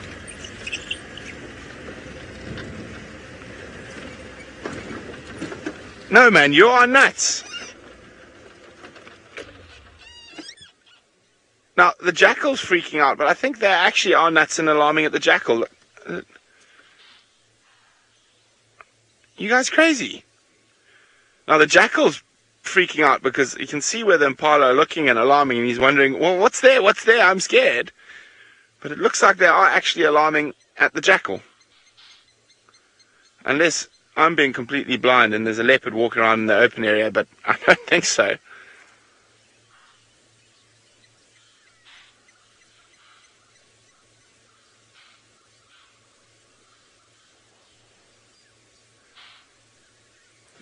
This is very strange. So I say, that's what I was saying, Impala aren't the most reliable often. Okay, well, let's have one last look at the jackal and just make sure there isn't something else around. The jackal's a bit paranoid as well. He keeps looking behind him. So the jackal's like, okay, well, the Impala alarming, there must be something here. And as we know, leopards will kill jackal given the opportunity. So he's like, I'm not hanging about here. There's something dangerous here.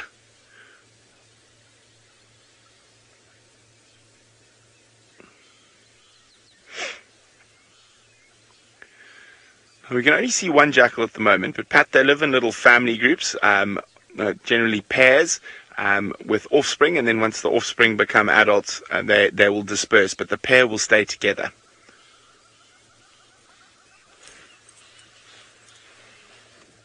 These Impala are bonkers.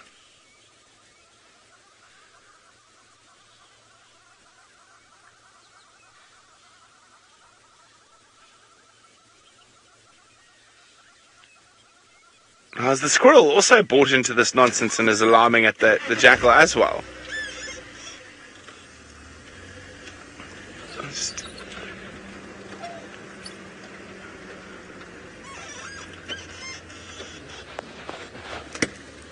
Now, it's possible that Impala might alarm call for a snake, but only then only really a python, a YouTube viewer.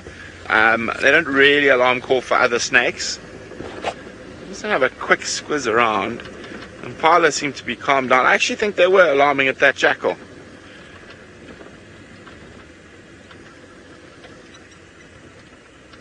That's jobs. You see, still staring. The jackal disappeared off down there, but they're still staring straight across.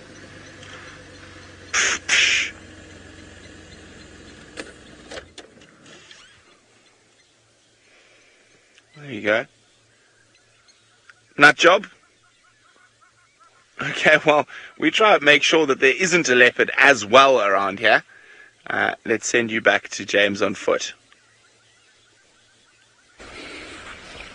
I'd be interested if there was a leopard and a jackal, because of course leopards are not shy to eat jackals, and especially something as decrepit as poor old Tingana is at the moment.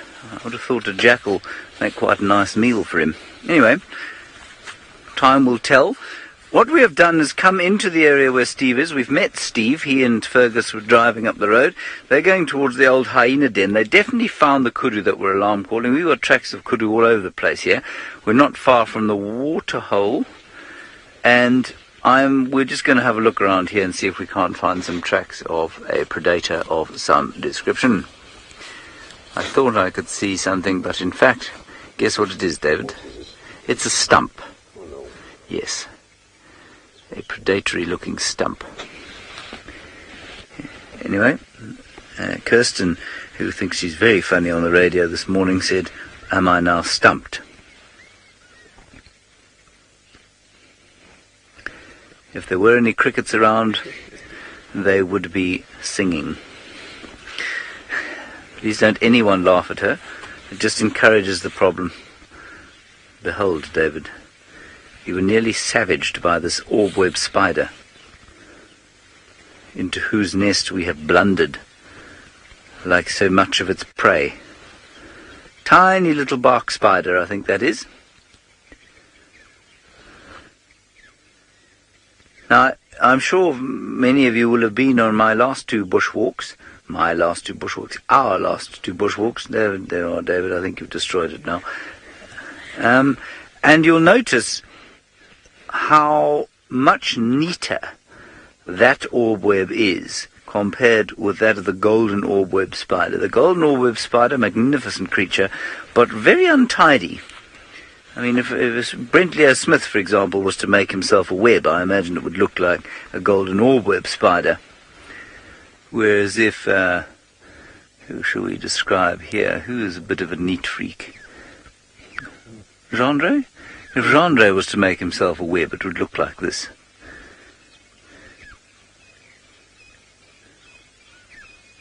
Beautiful. That's definitely a little bark spider. And I'm sure she's going to eat up her web very soon and go and sit over here for the rest of the day. And you'll probably find that her husband is somewhere around here as well. I must say, if you are going to be a spider, as a male, a bark spider is a good thing to be, because you really don't have to do very much work at all. She tends to do all of the cooking and cleaning, and in fact gathering of food, so you don't even have to go out and do any work. It's a sort of 1950s arrangement, I guess, except that the male doesn't even have to go and work. What is that white thing?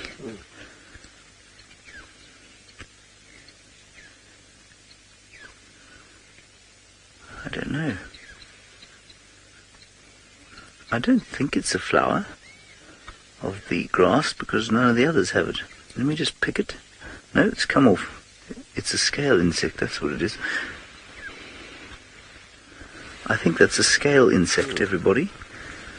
There it is. Try to get it in the light view. Isn't that amazing? If we turn it over, you can see its leggies.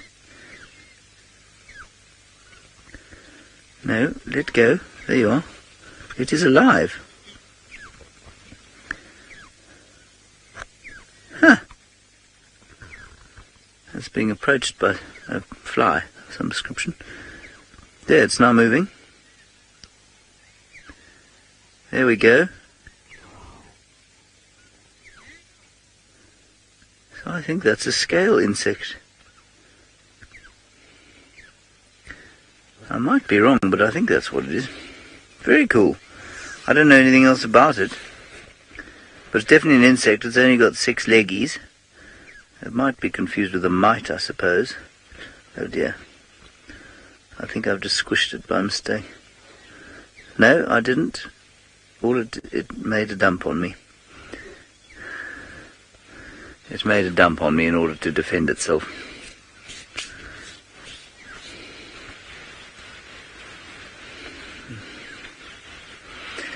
Consulting detective, you said it's very cute. It was to me as well, until it voided its bowels on my hands.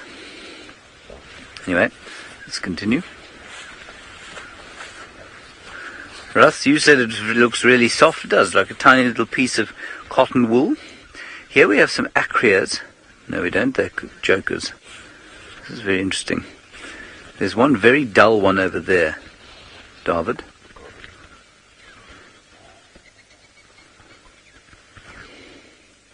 Just warming up in the sun before he goes off foraging. I think this is the African joker. It's been so long since I've looked at butterflies.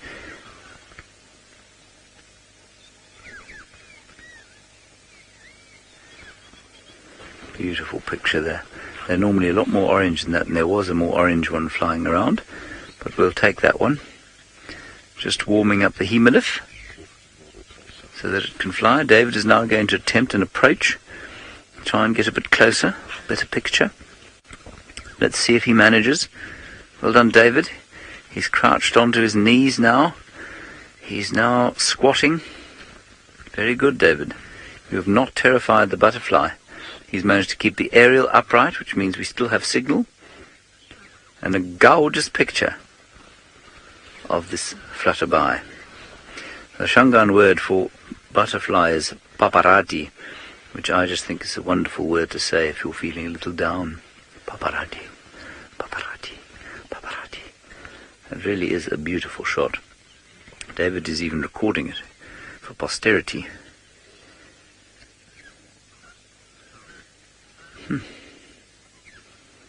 Try not to shake so much, David. That is, of course, me being very facetious, because it's extremely difficult to maintain a steady hand at this kind of range, well, at all. It'll be amazing. You'll be amazed at how much your hand does shake when you have to hold a camera. Oh, he's going in. He's also grunting quite loudly. I'm not sure if you can hear it. Not as loudly as Craig grunts, but he's letting out the odd one.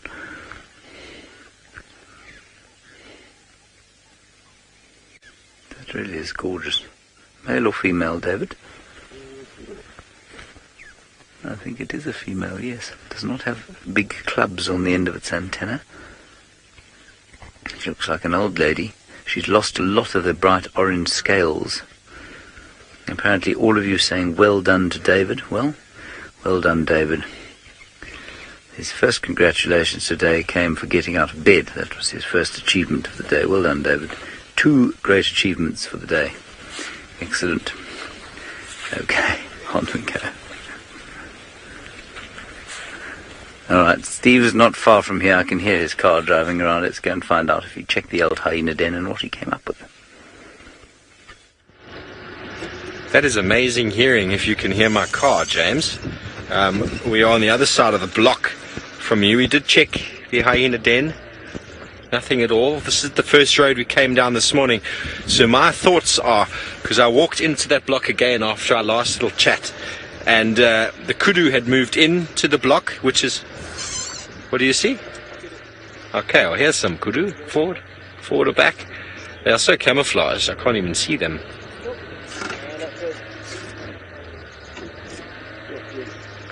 Okay, there we go. Let's Ferg frame the kudu. I have no idea where they are.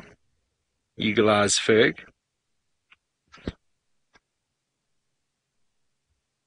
Oh wow, look at that. Now these are not likely the same kudu that we saw earlier, but I did just a little walk in and followed the tracks of the kudu that we'd seen before, and then I found the spot where they turned around and ran away. And that is now in the block to our right, the block that James and Herbie are now walking in, having a look, see if there's any sign of Osana or any other cat. And we're going to carry on around the block. We've already done this road this morning, but it's possible that because it's quite cool and quite temperate, a nice sort of chilly morning, that a cat would be still moving. And if he's crossed this road, he would be on top of my tracks, which would give us a very good indication where he might be now.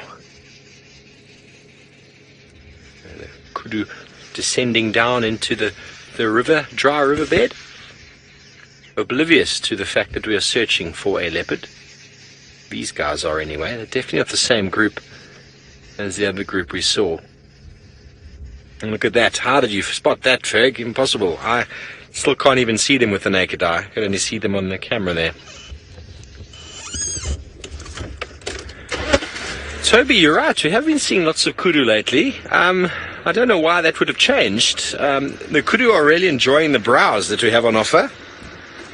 But the bush is a lot thicker than it was before, and why there's more kudu now than before, I have no idea, really. It's possible that because we've got so much more browse, that they're sort of more available and moving around when there's not that much browse available sort of on these slopes. They're only in those drainage depressions, as you just saw there now, and very hard to find them in there. just driving around. I mean, how Ferg spotted that individual is hard to say. He definitely has got his eagle eyes on this morning. But that's possible that they keep to those sort of thicker, sort of low-lying areas that we don't really see too easily from the car when there isn't as much leaf material. It's not just the trees we talk about. These open areas all around us are inundated with little forbs on the ground that the kudu are absolutely. For example, I'll just quickly jump out the car and grab you just one. Witheria, or the snakebite bush, is in abundance at the moment. That's just one of many, many, many wild flowers and wild forbs that are around. And when you see kudu walking through long grass like this with their heads down, they're feeding on forbs. They're not feeding on grass. They're exclusively browsers.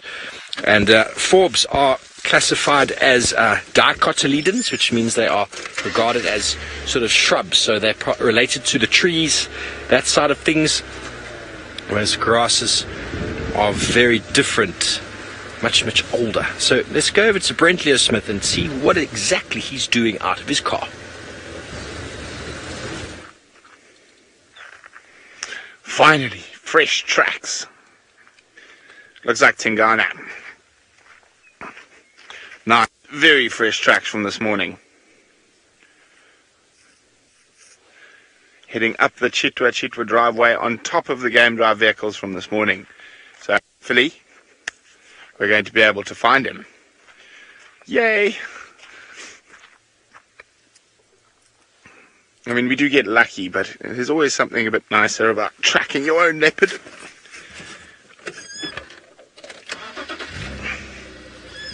Okay, so we're going to keep on Tingana. It looks like Tingana's tracks. Who knows? Oh, it looks a bit smaller than Quarantine. Now, we had Quarantine's tracks the other day as well, and he's starting to push further and further into this area. Where did he go?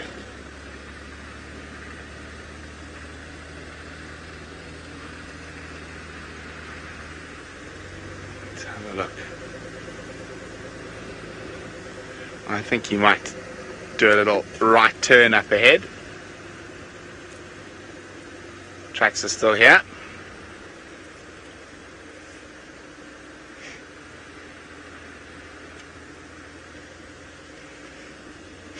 Well, these tracks are coming out of the lodge, Puma. So away from room 11. Let's have a look. We go down here.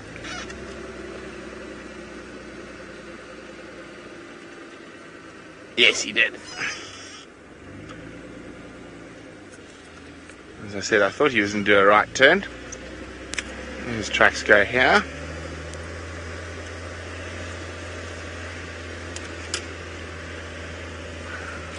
Now, it's very easy to tell male and female leopard tracks apart, Melissa, just purely based on size. The male tracks are just much bigger. Okay, let's see. Oop, with a bump. Where's he going to go? Where's he going to go? Oh, there's a junction coming up here. Just another double check. Doesn't look like he goes straight, so he might go up to the right. Have a quick look. So, as I was saying, Melissa, the male leopard tracks are probably double the size of a female, and even a young male, around a year old or so, is already much bigger than his mom's. Has he done a proper leopard vanishing trick by the looks of things?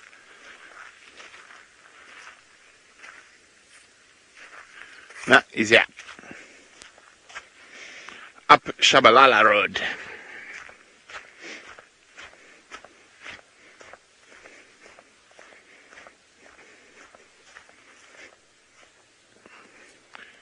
Okay, so nice to have a nice set of tracks to work with.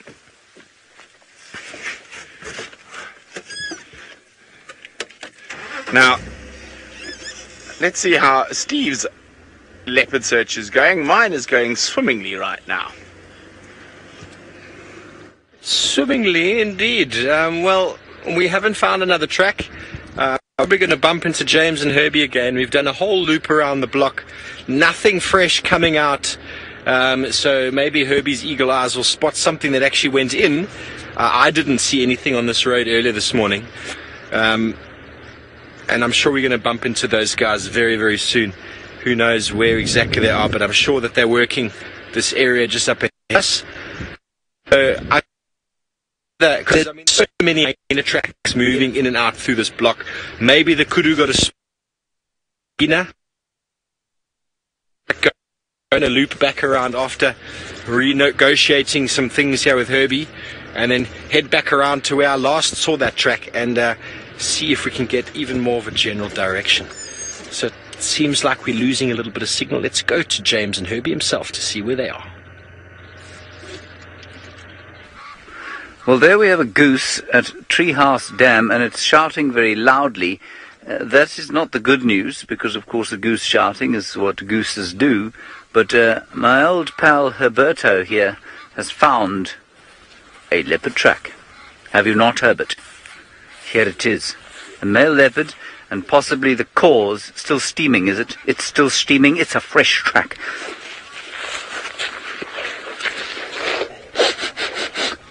It still smells of leopard. Herbert? So it's gone that way, and almost certainly what the kudu were alarm calling at about an hour ago. In an hour a leopard can walk a long way. It's warming up though. We are near a waterhole, so I would suspect we should check this drainage system. Okay? Should we go down the drainage line? Okay, so there we have a leopard track. It's marvellous news. Steve's going to be very upset when he comes past here. He's about to come past here and we tell him that he drove past this leopard track. I'm laughing because I did the same thing 2 days ago. In fact, I did one worse. I drove past a pride of lions walking along the road. So he comes along here. Herbie, let's put you in front there, because I'm a waste of time on tracks. Wait! We have leopard tracks. There we are. Herbert, at least Steve says he believes so. Good. Glad he believes us. It's important. We're going to probably check down the drainage system here, Steve. What do you think, Herb? Okay. So Herbie's going to do a little recce as to where he thinks the tracks went from here. He's coming down from there.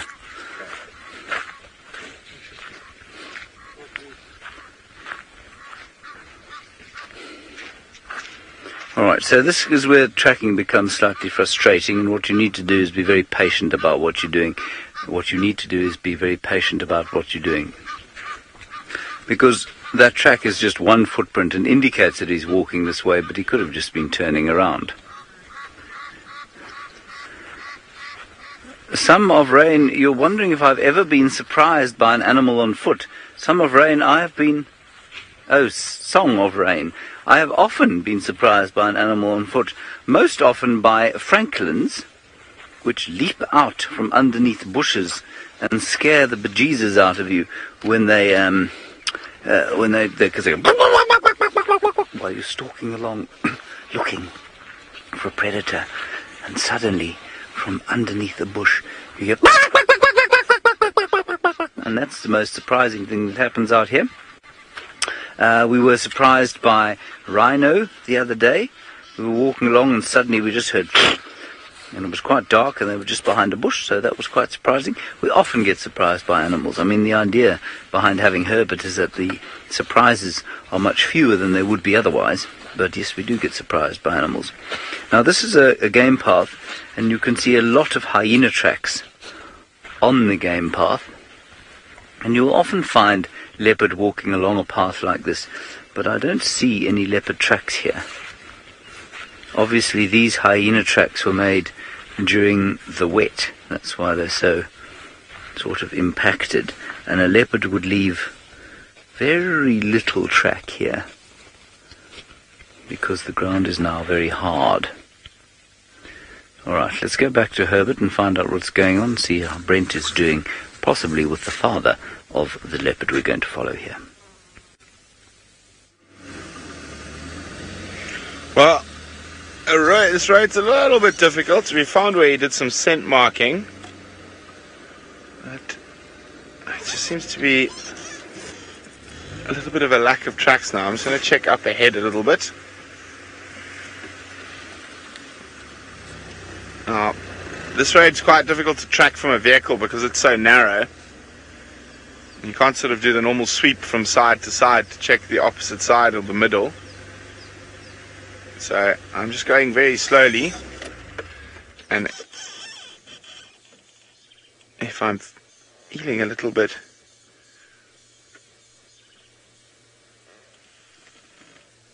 worried that I've lost the tracks, I'll just stop and get out quickly. So just always double checking when the testicular's making a noise.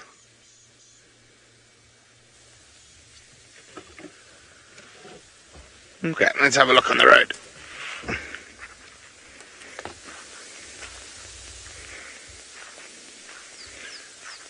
He's still here. There we go.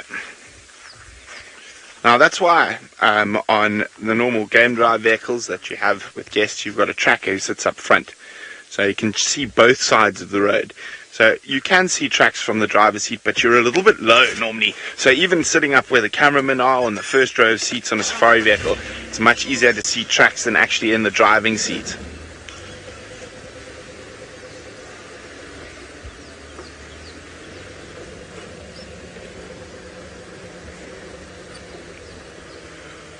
Now, yes, Colin, yes, animals do track other animals. Lion and leopard will track each other from scent or from sound.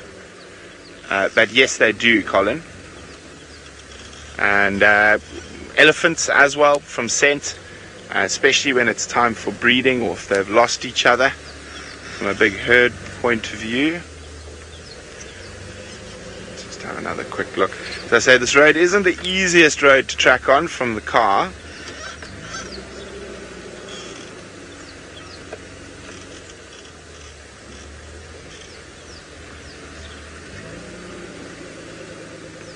See, no sign of tracks again, so let's jump out. That looks like a track, but I'm just going to double check. Let's go see how Steve's leopard tracking's going.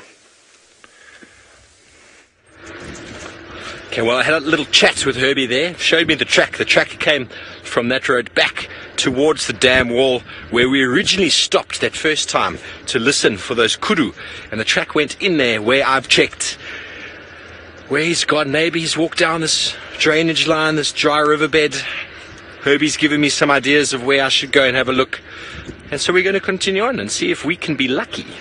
They are going to see if they can find out where exactly those tracks are going, but on the dam wall and things like that, it's very, very hard. It's very hard to see anything that moves, especially a cat with their soft pad-like feet. Is it to track a kudu over the dam wall than a leopard, because they don't leave much of in the way of a mark. But we've got Herbie on it there. Let's see how well he manages to do. And that, as James said, I'm not going to be upset. I know Herbie is very good at seeing tracks.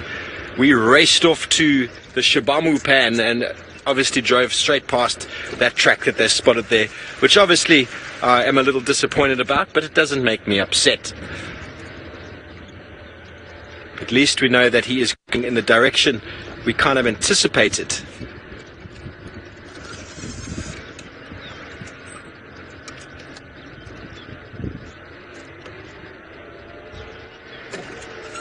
Let's go this way. Oh, look in this little drainage here.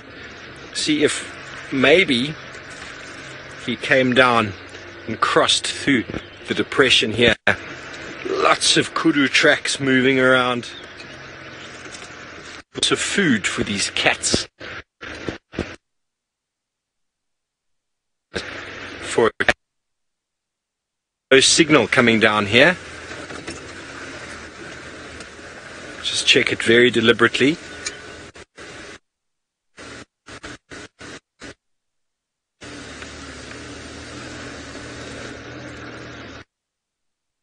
drainage and hope we don't lose signal. Let's go to Mr. James and see if they've managed to find any more tracks. Well, we've managed to find some water, which is not particularly entertaining in and of itself. A couple more Hosanna tracks, or male leopard tracks, whoever they are. Herbert's just going to go down there and check. And we can have a look at the water and see what there is in the water. David, would you like to join me down here? Or do you think you might roll down that bank? He's doing very well, David, this morning, I must say, all things considered. Just come back from leave, you see. Now, what I was thinking a few things when I arrived at the shores of this great lake. The first is that the sort of sound and feel of water in an environment like this is so comforting, because of course this is a dry place. And so it's really nice to be around water. It gives a sense of real comfort. Then the other thing I was looking at was how in these artificial water holes, of course, the water often gets quite stagnant because it doesn't get replaced, and it seldom settles sufficiently for it ever to clear up. And what that means is that you'll find an enormous amount of nutrient build-up in the mud underneath. And that is excellent food for lots of insects and things, for terrapins, for monitor lizards, and of course for catfish, as and when they are in here. And I don't think that the catfish have been replaced in this dam since they died out during the drought of 2 years ago. And so for some reason, whatever it is that brings catfish eggs, probably birds' legs or bird dung, they have not managed to replace yet in this waterhole, which I think is quite interesting.